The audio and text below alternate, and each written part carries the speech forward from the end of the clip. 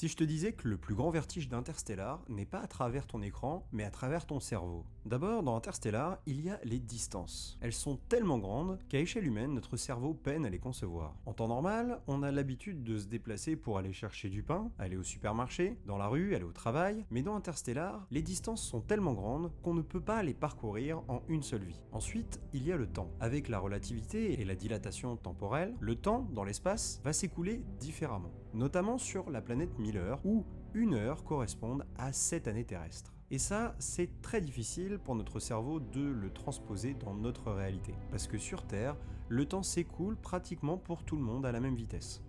Sauf pour ceux qui sont à quelques secondes près. Il y a aussi les trous noirs, avec Gargantua, qui avalent littéralement le temps et l'espace. Et ce qui inquiète le plus avec Gargantua, c'est qu'on ne sait absolument pas ce qu'il y a derrière.